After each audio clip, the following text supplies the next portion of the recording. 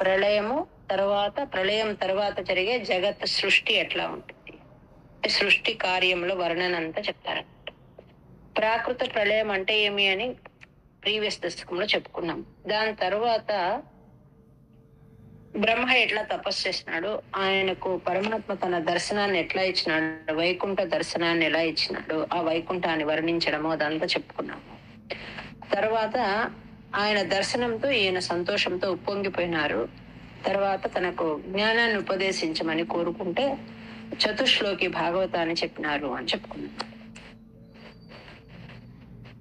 ఈ ప్రాకృత ప్రళయం అంతమైన తర్వాత మొదటి బ్రహ్మకల్పంలో జన్మించిన వాడెవరు అంటే బ్రహ్మ. ఈ వేదాలు, బ్రహ్మ జ్ఞానం అంతా కూడా ఈయనకి ఎక్కడి నుంచి వచ్చిందంటే పరమాత్మ నుంచి వచ్చిందండి. మళ్ళీ ఎక్కడైతే మనం ఇప్పుడు ఒక అకౌంట్ ని వెనక పేజీలో ఏదుందో మళ్ళీ బ్రాడ్ ఫార్వర్డ్ ఎట్లా చేస్తామో అట్లా ఈయన పరమాత్మ స్మరణతో ఆ ఇంతకు మునుపు చేసిన సృష్టిని అంతా గుర్తుకు తెచ్చుకుని తిరిగి మళ్ళీ సృష్టి చేయడం మొదలు పెడతాడు అనమాట. వీటికి కొన్ని పేర్లు ఉంటాయండి. అంటే ఎన్ని రకాలు ఉంటుంది ఈ పరమాత్మ యొక్క సృష్టి అని మనకు అర్థం కావాలి అంటే 3 రకాలని తీసుకోవచ్చండి. ఒకటి ఏం చేస్తాడు, ఆయన జీవ సృష్టి చేస్తాడండి. జీవ సృష్టి అంటే ఏక స్వరూపంతో ఉంటాం అందరం మనం. అంటే లోపల ఉన్న ఆత్మ ఉంటుంది. ఆ ఆత్మకు సైజు పెరిగేది, చిన్నగా ఏది అట్లా ఉండదన్నమాట. అణువు కన్నా చిన్నది, అణువు కన్నా అణువంత చిన్నది ఆత్మ. అలాంటి చిన్న ఆత్మకు ఒక శరీరాన్ని ఇస్తాడు. దాన్ని సృష్టి అంటారు. ఒక అణువు కన్నా చిన్నగున్న ఆత్మకు ఇప్పుడు ఒక శరీరం, తర్వాత ఇంకొక శరీరం, ఇంకొక శరీరం, అట్లా ఆ శరీరం అంటే ఒక సంబంధం, ఒక పని చేయడానికి ఒక సంబంధాన్ని కల్పించి ఇచ్చే అట్లా అంటే సృష్టి చేస్తాడు. దీన్ని దేహ సృష్టి అంటారు, లేక జీవ సృష్టి అంటారు. అంటే మనమంతా అంటే శరీరము పెరుగుతూ ఉంటుంది కానీ ఆత్మ మాత్రం దానికి ఏమీ మార్పు ఉండదు. ఆ ఆత్మ వచ్చి ఒక లింగంతో చేరడం, లింగం అంటే లింగ శరీరంతో చేరుతుంది. లింగ శరీరం భంగమైంది అంటారు, అట్లా అనమాట. ఇది జీవ సృష్టి. ఇంకా ఏం చేస్తాడు అంటే ఈ సృష్టికి ఏం వాడుకుంటాడు ఆయన అంటే అన్ని మూల రూపమైన ద్రవ్యాలు ఏమున్నాయంటే సత్వ, రజస్, తమో గుణాలనే అనమాట. వీటితో పంచభూతాలు సృష్టిస్తాడు, పాంచభౌతికాలను సృష్టిస్తాడు. దీన్ని జడ సృష్టి అంటారు అనమాట. అంటే అవి ఏమి చేయవు, చేతనమంతా పరమాత్మ ఉంటేనే చేస్తారు. దేహ సృష్టి లేక జీవ సృష్టి అంటే ఇప్పుడు ఇందాక మనం చెప్పుకున్నది. ఇంకోటి ఏం చేస్తాడు, తను కూడా సృష్టి కాబడతాడు అనమాట. అంటే ఏమి అంటే దేవుడు మూల రూపంతో ఎంతో శక్తిమంతుడుగా ఉంటాడండి. ఆయన తన అంశతో తిరిగి మళ్ళీ వేరే వేరే అవతారాలన్నీ తీసుకుంటాడు అన్నమాట, రకరకాల అవతారాలన్నీ. అలా అభివ్యక్తం అవుతూ ఉంటాడు. అభివ్యక్తమై మనకు కనిపిస్తాడు అనమాట. మనకు అంటే జ్ఞానులకు కనిపిస్తాడు. మూల రూపంతో ఎంత శక్తిమంతుడుగా ఉంటాడో ఆయన అక్కడి నుంచి తన అంశతో తీసుకునే అన్ని రూపాలుగా మనుషులకు కనబడుతూ ఉంటాడు. అది ఒక సృష్టి అన్నమాట. ఇట్లా సృష్టి ఉందని ఒక నిమిషం అంటే బ్రహ్మ గురించి చెప్పుకున్నామండి. ఈ బ్రహ్మాండం అంతా ఏమి అంటే చతుర్ముఖ బ్రహ్మ యొక్క శరీరం అన్నమాట. ఈ బ్రహ్మాండం అంతా బ్రహ్మ యొక్క శరీరం. ఈ బ్రహ్మాండం లోపల హాఫ్ పోర్షన్ నీరు ఉంటుంది, దాన్ని అండోదకము అంటారు. పరమాత్మ తన యోగ శక్తితో సృష్టికి కావలసిన మహత్తత్వము, అహంకారతత్వము, పంచభూతాలు, పంచ తన్మాత్రలు, మళ్ళీ మనస్తత్వము, వీటిని అన్నిటిని కూడా తన బొజ్జలో, ఉదరంలో వేసుకుని ఆ బ్రహ్మాండంలోనికి ప్రవేశిస్తుంది. ఎట్లా ప్రవేశిస్తాడు, దానికి ఏదైనా ద్వారం ఉంటుందా అంటే ఉండదటండి. అది క్లోజ్ అయిన దగ్గర ఉన్న చిన్న ఆ దీనిలో నుంచి లోపలికి వచ్చేస్తాడట. వెళ్ళి ఆ నీటి అడుగుకు వెళ్ళి విశ్రమిస్తాడట ఆయన. ఆ నీటి అడుగున నీటికి ఆధారంగా ఆయన రెస్ట్ తీసుకుంటాడట. ఆ నీటికి ఆశ్రయమైనాడు కాబట్టి నీరా అంటే సంస్కృతంలో ఇంకొక అర్థము నారా. నీరానే నారా అని కూడా అంటారు. నీరాయణ లేక నారాయణ, ఆ రకంగా ఆయన నారాయణుడు అయినాడు అనమాట. తర్వాత ఆయన సృష్టి చేయాలని కోరుకున్నాడు. ఆ దేవుడి సృష్టి చేయాలి అని ఆయన కనిపించేదాన్ని శిశ్రుక్ష అంటారు. మనకు ఆ పదం 2-3 సార్లు వచ్చింది ఈ 7 దశకాలలో. శిశ్రుక్ష అంటారు. తన నాభి నుంచి ఒక కమలాన్ని ఆవిర్భవింపచేసినాడు. అది నీటి పై వరకు వచ్చి అక్కడ వికసించింది. దాన్ని విసనాళము అంటారు. దాని లోపల నుంచి బ్రహ్మ బయటకు వచ్చినాడు. అది పరమాత్మ చేసిన మొదటి సృష్టి అన్నమాట. ఈయన ఏమి బ్రహ్మ అంటే మహత్ అనే ఒక తత్వానికి అభిమాని అండి. బయటికి వచ్చిన బ్రహ్మదేవుడు నేనెవరు, నేను ఎలా వచ్చాను, నన్ను ఎవరు పుట్టించినారని అంత వెతుకుతూ ఉన్నాడండి. ఎక్కడ నీరు తప్ప ఏమీ కనబడలే. ఒక్కొక్క వైపు తిరిగినప్పుడు ఒక్కొక్క తల వచ్చిందట ఆయనకు. అంటే 4 తలలను పొందినాడు, చతుర్ముఖుడైనాడు అనమాట. ఆ కమల నాళం అంటారు, లేక విసగ్రంథి అంటారు అనమాట. ఆ దాని ద్వారా కిందికి వెళ్ళినాడండి. ఎంతో కాలం పట్టిందట ఆ నాళం నుంచి కిందికి ఆయనకు వెళ్ళడానికి. అంటే అంత ఎక్కువ నీరు ఉందనమాట. దీర్ఘకాలము తరువాత ఆయన కింద ఒక ప్రదేశానికి చేరుకున్నాడు. అది పరమాత్ముని యొక్క ఉదరం అన్నమాట. అంతటి విశాలమైన ప్రదేశాన్ని చూసేటప్పటికి ఈయనకు గాబరా కలిగిందటండి. ఎవరికి? బ్రహ్మదేవుడికి. చాలా కాలం ప్రయాణించినాడు ఆ విసనాళంలో. అంటే పైన మొదలుపెట్టి కిందికి వచ్చేటప్పటికి చాలా కాలం అయింది. దీర్ఘకాలం తర్వాత చేరుకున్నాడు.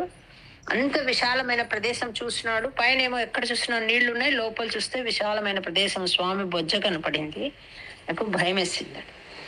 ఆ భయం లేక గాబర లేక టెన్షన్ తో భాండ్ అనే ఒక శబ్దాన్ని చేసినాడట. అంటే చతుర్ముఖ బ్రహ్మ మొదట చేసిన సృష్టి ఏమి అంటే శబ్దం సృష్టి లేక వాగ్దేవి అంట. అంటే శబ్దము లేక వాగ్దేవి ఆవిర్భావం అయిందనమాట. భాండ్ అనే శబ్దం, అది వాగ్దేవి. మనం ఒకరే ఉంటే భయం అనమాట. ఇంకొకరు ఉండాలి, ఇంకొకరు ఉంటే మనకు భయం వేయదు. వాళ్ళు మనతో మాట్లాడకపోయినా ఒక మనిషి కనిపిస్తూ ఉంటే మనకు బాగా ఉంటుంది అనమాట. ఇట్లా ఆ సృష్టి చేస్తున్నాడు. వాగ్దేవితో కూడి మళ్ళీ ఆ ఆ విసనాళం ఉంది కదా, ఆ తూడు దాని నుంచి మళ్ళీ బయటకు వచ్చి ఇద్దరు పరమాత్మని ధ్యానిస్తూ కూర్చున్నారు. ఎందుకు జరిగింది అంటే మా పని ఏముంది అని.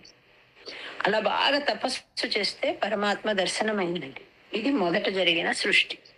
అంటే పరమాత్మ దర్శనం కావాలంటే ఏం చేయాలి అంటే అంతర్ముఖం కావాలి. మనం కళ్ళు మూసుకుని అంతర్ముఖులు కావాలి.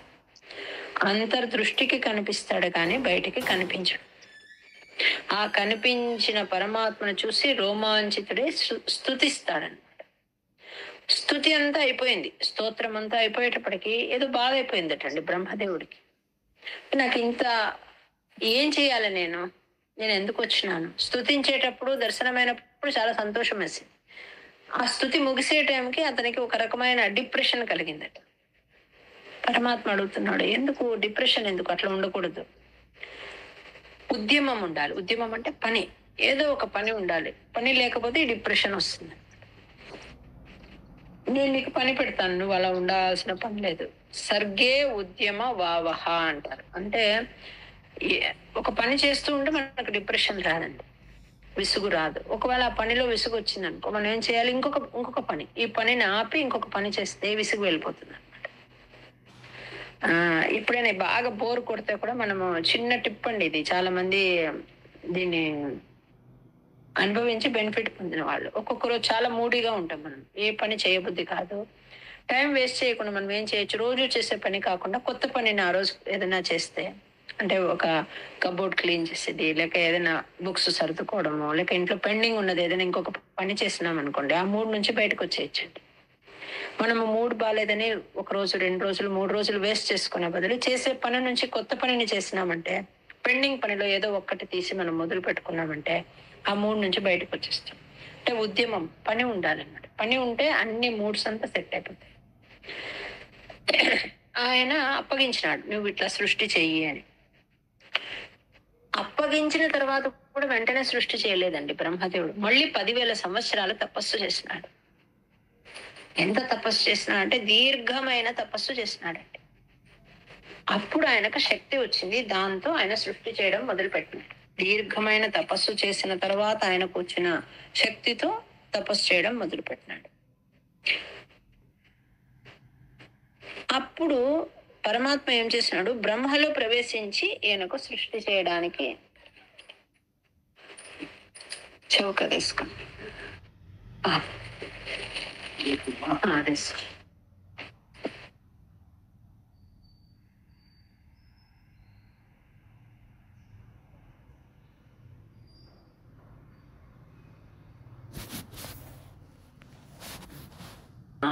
ఆయనలో ఆవిష్టుడై సృష్టి చేస్తున్నారండి. దీన్ని బ్రహ్మాండం లోపల సృష్టి అంటారు. అంటే పరమాత్ముని సాన్నిధ్యము తనలో ఉండడం వల్ల మాత్రమే బ్రహ్మ సృష్టి చేస్తాడు. ఇక్కడ తపస్సు గురించి మనం ఒక మాట గుర్తుపెట్టుకోవాలండి. తపస్సు అంటే మనం ఎక్కడో అడవికి వెళ్ళి ముక్కు మూసుకొని కూర్చొని చేసేది తపస్సు అని కాదు. ఒక పని పట్ల మనం ఎక్కువ ఆ పనినే దైవంగా భావిస్తూ ఆ పనిని ఏక మనస్సుతో చేయడమే తపస్సు అన్నమాట. పరమాత్మనే ఆ మాట చెప్తాడండి. నీవు బాగా తపస్సు చేసినావు, బ్రహ్మదేవుడితో మొదట చెప్పిన మాట అంటే నేనెవరు, నేను ఎందుకు వచ్చినాను, నా ఈ జన్మకు కారణమేమని నువ్వు తపస్సు చేసినావు. నీ తపస్సుకు మెచ్చి నేను నీకు దర్శనం ఇచ్చినాను. అంటే నా వైకుంఠలోక దర్శనం కూడా నా యొక్క అనుగ్రహ ప్రభావ ఫలితమే అని చెప్తాడండి.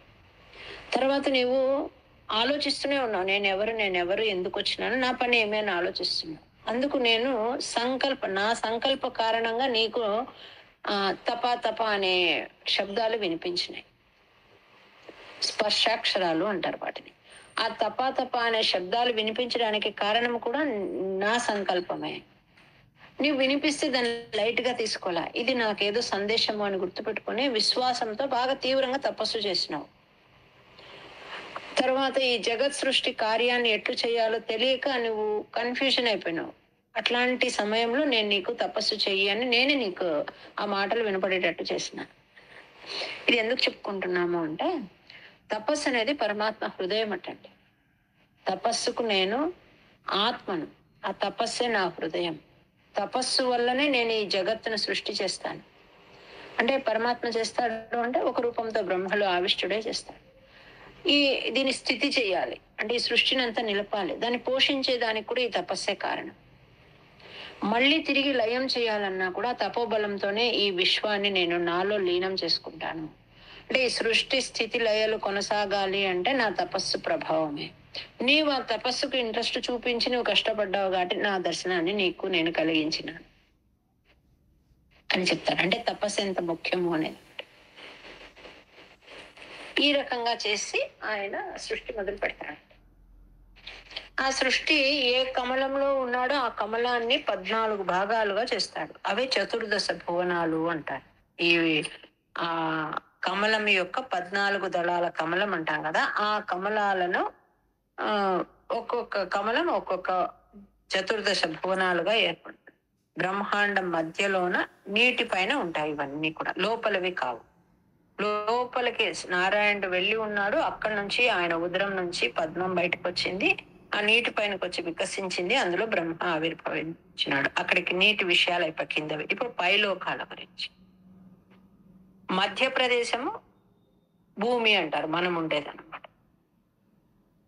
ఇంకా ఈ భూలోకం ఉంది. భూలోకం లోపల కొన్ని బిలస్వర్గాలు ఉన్నాయి. భూతలం కింద అంటే ఇప్పుడు మనం ఉన్నాం కదా, మన భూతలం కింద దాన్ని బిలస్వర్గాలు అంటారు. ఏమవి అంటే అతల, వితల, సుతల, రసాతల, తలాతల, మహాతల, పాతల, ఇన్ని ఉన్నాయండి కింద. మధ్యది భూలోకం. ఈ పాతల లేక అదే లాస్ట్ కాబట్టి దాన్ని పాతాళ అని చెప్తున్నారు. మధ్యది భూతలము లేక భూలోకము, దాని కింద కొన్ని బిలస్వర్గాలు ఉన్నాయి 6. ఏమేమవి? అతల, వితల, సుతల, రసాతల, తలాతల, మహాతల, పాతల లేక పాతాళ. ఇంకా భూలోకం పైన కొన్ని సృష్టించినాడు బ్రహ్మదేవుడు. అవి భువర్లోక, సువర్లోక, జనోలోక, సత్యలోక, తపోలోక. 6 లోకాలు పైన, 6 లోకాలు కింద. చతుర్దశ భువనాత్మకమైన ప్రపంచాన్ని సృష్టించినాడు ఫస్ట్ బ్రహ్మ. భూలోకంలో భగవత్ ప్రేరణతో ఫస్ట్ ఏం చేసినాడంటే అజ్ఞానాన్ని సృష్టించినాడండి. అజ్ఞానం అంటే అవిద్య అన్నమాట. అది ఎన్ని రకాలుగా ఉంటుంది అజ్ఞానం అంటే? దానికి కూడా డివిజన్ ఉందన్నమాట. మోహము, మహామోహము, తామిశ్రము, అంధతామిశ్రము అని అట్లా. దీన్ని పాంచపర్వణి అవిద్య అంటారు. అంటే ఏమి? ఫస్ట్ మనము ఏది నమ్మం అనమాట. ఏదైనా ప్రూఫ్ ఉంటే కానీ నమ్మం, లేకపోతే మనకు తెలియకపోతే అది లేదని వాదిస్తాము. తర్వాత ఎవరైనా మనకు తెలియజెప్పేకొస్తే దాన్ని కొంతమంది మాత్రమే అర్థం చేసుకుంటారు, మిగిలిన వాళ్ళు తనది తప్పైనా ఆ వర్షనే కరెక్ట్ అని వాదిస్తూ ఉంటాం అనమాట. ఇవన్నీ ఇవే అనమాట అజ్ఞానాలు. ఫస్ట్ పుట్టినది ఏమి అంటే అజ్ఞానం. అంటే దేవుడి శ్రేష్టమైన సృష్టి అటండి అజ్ఞానం. మనం దాన్ని తప్పుగా తీసేసేక లేదట. ఎందుకు అంటే ఇప్పుడు పాండవుల కథ మనకు తెలుసు, కౌరవుల కథ కూడా తెలుసు. అంటే ఇప్పుడు దుర్యోధనుడి సృష్టి కాకపోతే పాండవుల గొప్పతనం మనకు తెలిసేది కాదనమాట. ఇప్పుడు రావణాసురుడి సృష్టి కాకపోతే రామాయణమే లేదు. అంటే అజ్ఞానం అంటే అజ్ఞానానికి వీళ్ళు ప్రతీకలు అనమాట. ఇది ఎట్లా తెలుస్తుంది అంటే ఎవరి అనుభవంతో వాళ్ళకి తెలుస్తూ వస్తుంది అనమాట. అజ్ఞాన సృష్టి వల్ల జ్ఞానం యొక్క విలువ తెలుస్తుంది. ఇప్పుడు రామాయణ మహాభారతాలే దానికి ఎగ్జాంపుల్.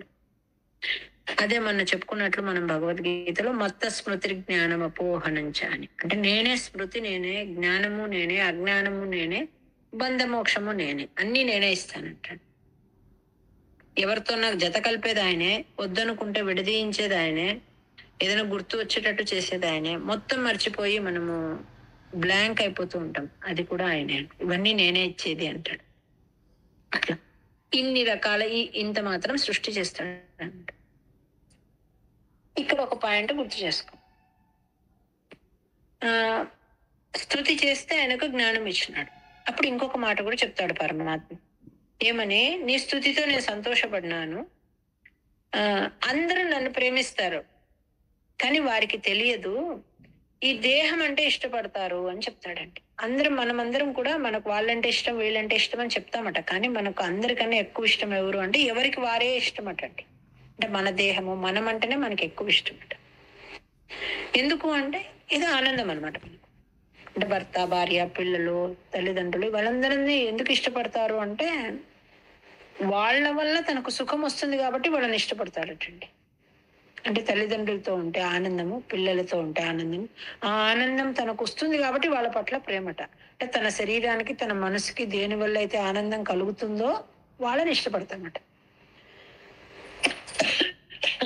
ఇప్పుడు డబ్బు అంటే కొంతమందికి ఇష్టం అంటారు. అంటే డబ్బు అంటే కాదట ఇష్టం, డబ్బు వల్ల వచ్చే సుఖం అంటే ఇష్టం. అంటే దానివల్ల మనం ఎన్నో లగ్జరీస్, భోగ వస్తువులన్నీ తీసుకుంటాం కాబట్టి ఇష్టం అంట. మరి ఆ సుఖం ఎవరు అంటే నేనే ఆ సుఖం అని చెప్తున్నాడు పరమాత్మ. వీటన్నిటి ద్వారా సుఖం వస్తుందని మనిషి వేటి కోసం వెంపర్లాడుతున్నాడో ఆ సుఖాన్ని నేనే అని చెప్తాడండి. ఆ చతుశ్లోకి భాగవతంలో ఇది ఒక పార్ట్ అనమాట. అంటే తనను తాను ఇష్టపడేది ఏమిటి కోసము అంటే సుఖం కోసం. ఆ సుఖము, ఆనందము నేనే అని చెప్తున్నాడు. కాకపోతే ఇక్కడ ఒక డిఫరెన్సియేషన్ చూపిస్తున్నారు. రాక్షసులు తపస్సు చేస్తారు, ఎందుకు? చావు లేకుండా ఉండడం కోసం. అట్లా మేము సుఖంగా ఉండాలి అని చేస్తారట. చాలా కష్టపడి చేస్తారండి. వాళ్ళ తపస్సు మోడల్ అనమాట మనకు. అట్లా ఎవ్వరు చేయలేరు, అంత గొప్ప తపస్సు చేస్తారు. కానీ వాళ్ళ కోరిక ఎట్లా ఉంటుంది అంటే తమో గుణంతో కోరుకున్న కోరిక. మనుషులు ఏం చేస్తారు? కనిపించినవన్నీ కావాలనుకుంటారు. దొరకలేదు వాళ్ళు కూడా తపస్సు చేస్తారు, వాళ్ళు పరమాత్మను సేవిస్తారు. ఎందుకు అంటే సుఖం కోసం. లేదా డబ్బు వెంట పడతారు, ఎందుకోసం అంటే సుఖం కోసం. నేను కావాలి అంటే ఈ వస్తువుల రూపంలో కాకుండా మీలో ఉన్న నేను కావాలని ఎవరు తపస్సు చేయరు. అట్లా తపస్సు చేసేవాడు నాకు చాలా ఇష్టము అని చెప్తారు. ఇప్పుడు ఋషిమునులు ఈ కాన్సెప్ట్ అర్థం చేసేసుకున్నారండి. పరమాత్మ యొక్క ఈ బ్రహ్మకు చేసిన ఉపదేశంలోని ఈ కాన్సెప్ట్ వాళ్ళు అర్థం చేసుకుని వాళ్ళు ఏం చేస్తున్నారు? సుఖం వచ్చేది ఎవరి నుంచి? పరమాత్మ నుంచి. కాబట్టి అతన్నే శరణు కోరాలని ఈ ఐహిక విషయాల పట్ల ఇంట్రెస్ట్ లేకుండా చేసేసుకున్నారు. అంటే నిజమైన సుఖం పొందిన వాళ్ళు ఎవరు అంటే ఇంతమందిలో జ్ఞానులు, ఋషులు మాత్రమే. సుఖస్వరూపుడే ఆ పరమాత్మ. కాబట్టి ఆయననే శరణు వేడాలని వాళ్ళకి అర్థమైపోయింది. అందుకే ఎప్పుడు పరమానందంతో ఉంటారట.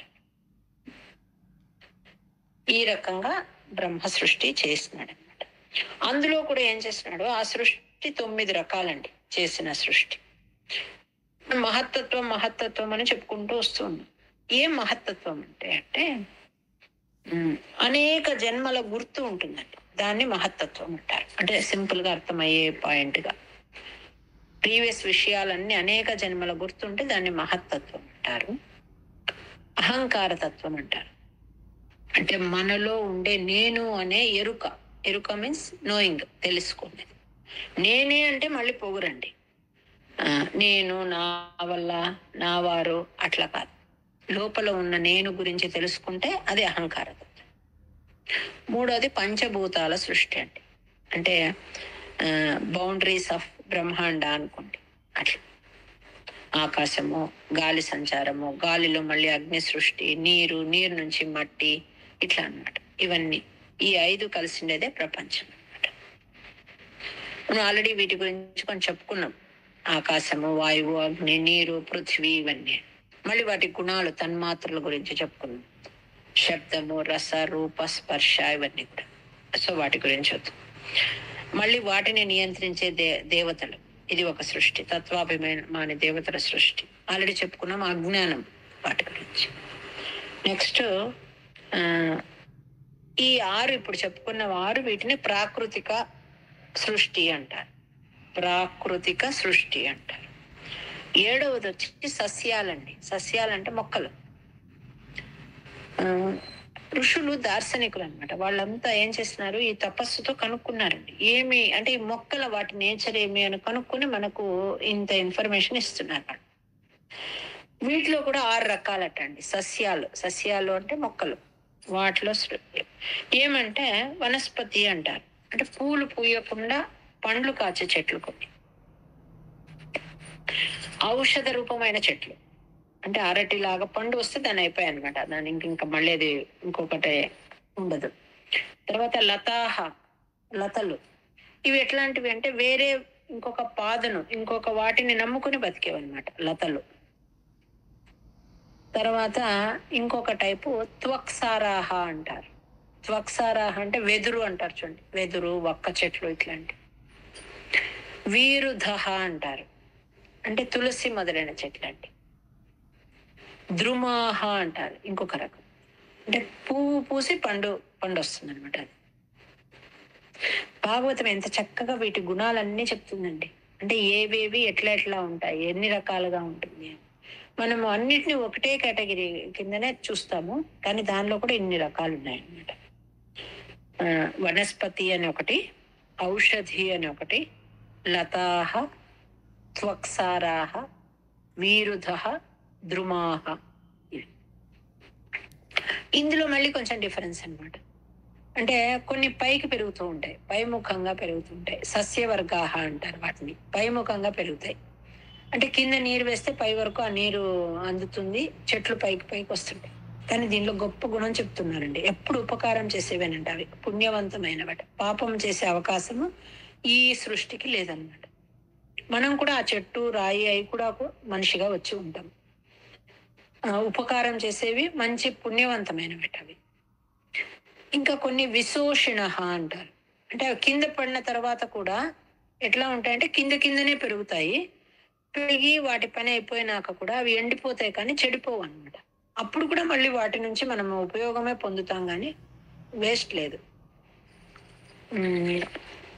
వీటి లక్షణం ఏమి అంటే కొన్ని పైకి పెరుగుతాయి, తర్వాత వాటి ఆయుష్ ప్రమాణం అయిపోతే కింద పడిపోయినాయి అనుకోండి. విశోషిణ అంటే కింద పడిపోయినాయి అనుకోండి. కింద పడినాక కూడా వాటిని మనము వంట చెరుకుగా వాడుకుంటాము. తమః ప్రాయాహ అంటారు. అంటే అవి వాటికి జీవం ఉందటండి ఆ చెట్లకు. అంతఃస్పర్శాహ తమః ప్రాయాహ అంటారు. అంటే నీరు వేసేవాడు వస్తే ఆ చెట్లకు వాటికి తెలుస్తుందటండి, లోపల నుంచి అనుభవిస్తాయట చెట్లు. మీరు ఎప్పుడైనా గమనించండి. మాట తెలియదు వాటికి, అంటే ఎక్స్ప్రెషన్ లేదు, కానీ రోజు నరిష్ చేసే అట్లాంటి వాడు, అంటే ఇంటి ఇల్లాలో లేకపోతే ఇంకొకరు ఆ మనిషి వచ్చి రోజు వాటికి నీళ్లు వేస్తుంటే అవి లోపల నుంచి సంతోషం ఫీల్ అవుతాయట. అదే ఎవరో దాన్ని ట్రిమ్ చేసేకి, కట్ చేసేకి వచ్చినాడు అనుకో, లోపల వణికిపోతాయటండి ఆ చెట్లు. శ్రీమద్ భాగవతము ఈ చిన్న విషయాలను కూడా వదిలిపెట్టకుండా స్పష్టంగా చెప్పిందండి. అందుకే చెట్ల నుంచి మనం ఏదైనా పూలు కోయాలన్నా, తులసాకు కోయాలన్నా వాటిని ప్రార్థించాలట ముందే. అంటే నీకు నొప్పి కలిగిస్తున్నాను మన్నించని చెప్పి మనము తీసుకోవాలట. పరమాత్మ సేవకు నేను వినియోగించడానికి తీసుకెళ్తున్నానని వాటికి ఏమర్థం అవుతుంది అనుకుంటాం మనం. అలా చెప్పి తీసుకోవాలట. వాటిలో జీవం ఉందటండి. ఇది ఒక సృష్టి అన్నమాట. ఇంతవరకు చెప్పుకుందాము ప్రాణుల సృష్టి. తర్వాత ఆయన బొజ్జలోకి వెళ్ళిపోయినామండి. ఎక్కడ చూసినా జలము, చీకటి. అట్లాంటి సమయంలో తిరిగి సృష్టి జరుగుతుంది. అప్పుడు ఎట్లా ఉన్నాడు ఈయన అంటే శేషసాయి పైన ఉన్నాడు. ఫణిరాజి శేషి అంటే ఆదిశేషుడు అని. జలైక శేషి అంటే అంత ఎక్కడ చూసినా ఈ జగత్తంతా నీటితో నిండిపోయింది. ఈయనేమో ఆనంద స్వరూపుడై యోగ నిద్రలో ఉన్నాడు. ఎవరు? పరమాత్మ. అలా ఉండేటప్పుడు ఆయన లేపవలసి వస్తుందను. సృష్టి చేసే సమయం ఆసన్నమైనప్పుడు యోగ శక్తి ఆయన్ను నిద్ర లేపుతుంది. అంతవరకు నేను ఇలా రెస్ట్ తీసుకుంటాను అన్నట్లు ఆయన యోగ నిద్రలో ఉన్నాడు. స్వయోగ నిద్ర పరిముద్రితాత్మ అంటే యోగ నిద్ర ముద్రలో పడుకున్నట్లు నటన చేస్తాడంతే. ఆయన పడుకోడు. యోగ నిద్ర ముద్రలో ఆయన పడుకుని ఉన్నాడు. అలాంటప్పుడు యోగ శక్తి ఏం చేస్తుందంటే ఈ సమయం అయిందని ఆయన లేపుతుంది అనమాట, నిద్ర లేపుతుంది. దీన్ని శృతి గీతలు అంటారండి. శ్రీమద్ భాగవతంలో శృతి గీతలు అని ఒక చాప్టర్ ఉందన్నమాట. చాలా ఇంట్రెస్టింగ్ గా ఉంటుంది. ఆ శృతి గీతలన్నీ ఆ స్వామిని స్తుతిస్తూ నిద్ర లేపుతాయన్నమాట. అంటే సమయం అయింది సృష్టి చేయడానికి అని చెప్పి శృతులన్నీ ఒక రూపాన్ని ధరించి ఆయన్ను స్తుతిస్తాయి. అలాంటి విశేషం అక్కడ వస్తుంది. ఇక్కడ 11వ స్కందంలో వస్తుంది. అవసాని అంటే ప్రళయం యొక్క చివరలో నన్ను నిద్ర లేపమని చెప్పి స్వామి యోగ నిద్రలో ఉంటాడు అని చెప్పుకున్నాం. ఇప్పుడు ఏమవుతుంది అంటే ఈ సమయం అంతా అయిపోయింది. అంటే ఇంతకాలం స్వామి యోగ నిద్రలో ఉన్న తర్వాత ఇప్పుడు లేవాలన్నమాట. లేవాలనేటప్పుడు ఆ శక్తి వచ్చి ఆయన్ని స్తుతిస్తుంది అనమాట. అంటే నిద్ర లేపుతుంది. మళ్ళీ తిరిగి కాలం అనే పేరు కలిగిన శక్తి, కాలాఖ్య శక్తి అంటే కాలం అనే పేరు గల శక్తి మొదటగా తాను లేచి స్వామిని మేలుకొల్పు చెప్తుంది అనమాట. ప్రాబోధయత్ అంటే లేపిస్తుంది, నిద్ర లేపుతుంది అంటే మేలుకొల్పు చెప్పి ఆయన్ను లేపిస్తుంది. చరాచర సృష్టి చేసినావు, సృష్టి చేయడానికి బ్రహ్మదేవుని సృష్టించినావు. అట్లాంటి నీవు నన్ను ఈ రోగం నుంచి నన్ను కాపాడు, ఈ రోగ బాధను పోగొట్టు అని చెప్తున్నారండి. అస్మిన్ అనుపాత్మ కల్పే అంటే ఈ పద్మకల్పంలో నీవు ఉత్థాపిత అంటే సృష్టి చేసినావు. ఏం చేసినావు? సృష్టి చేసి బ్రహ్మదేవుని చేత సృష్టి జరిగేటట్టు చేసినావు నువ్వు. అట్లాంటి ఓ దేవా నన్ను ఈ రోగ బాధ నుంచి కాపాడు అని వేడుకుంటున్నారండి. మమ రోగ రాశం అంటే నా యొక్క రోగాలను నిరుంధి అంటే తొలగించు అని. పద్మకల్పంలో బ్రహ్మను సృష్టించినావు, ఆయన ద్వారా సృష్టి జరిగేటట్టు చేసినావు. గొప్ప మహిమ కలవాడు నీవు నా రోగాన్ని తొలగించు అని. ఇది చాలా ఇది ఒక మంత్రం అండి. గొప్ప మంత్రము, సులభమైన మంత్రం అన్నమాట. దీన్ని మనం అందరం కూడా ఎక్కువ సార్లు సాధన చేయాలి. ఎలా చేయాలి సాధన అంటే ఒక చిన్న పేపర్ మీద మీరు ఈ శ్లోకం రాసి మీరు నిత్యం చదువుకునే శ్లోకాలు ఉన్న చోట ఆ పుస్తకంలో గాని పూజా మందిరంలో గాని పెట్టుకుని ఎక్కువ సార్లు మీరు చెప్పుకుంటూ వస్తే ఒక వారం రోజుల్లో నోటికి వచ్చేస్తుందండి. కానీ మహాప్రాణాలతో కూడి చెప్పాలి. త్వమిత్థాముత్థాపిత అలాగే చెప్తే రాదనమాట. దీనికి ఎగ్జాంపుల్ ఏమి అంటే మీరందరూ నారాయణ కవచాన్ని ప్రాక్టీస్ చేసుకున్నారు, చదువుకున్నాం మనం.